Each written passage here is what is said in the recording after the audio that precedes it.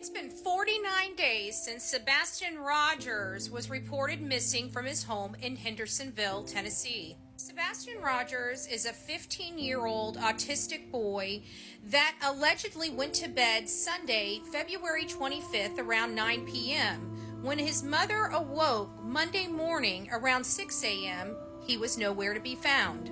When we heard from the parents about what could have happened to Sebastian Rogers, something just didn't sit right with the people of their community and the people here on social media. An endangered missing child alert went out fairly early, around 12:17 in the afternoon the day he was reported missing. Sebastian's biological father, Seth Rogers, jumped into action and started immediate ground searches for his son.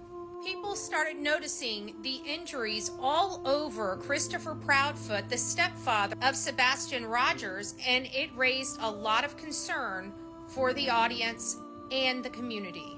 And it raised a lot of concerns from many people that are very curious as to what happened to Sebastian Rogers. We noticed during search efforts, two people always seemed to be gone and never participated in the search for Sebastian Rogers. And those two people were Chris Proudfoot and Katie Proudfoot. When people started questioning why Chris Proudfoot and Katie Proudfoot were not at any searches, they said it was because law enforcement told them to stay home and not to leave.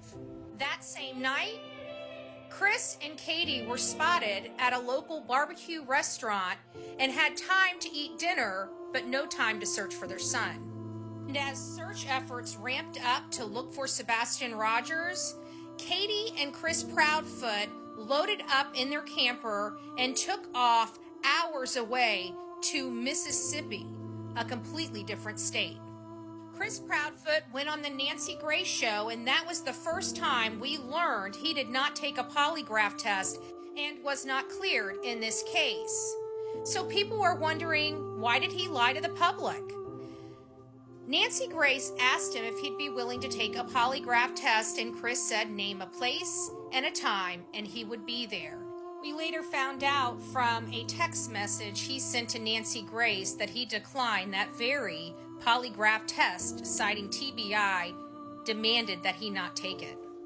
While I'm very concerned about the inconsistencies of this story, Chris Proudfoot still has a lot of explaining to do, and quite frankly, so does Katie Proudfoot. Anyone that has any information about Sebastian Rogers, you're asked to call 1-800-TBI-FIND. God bless you.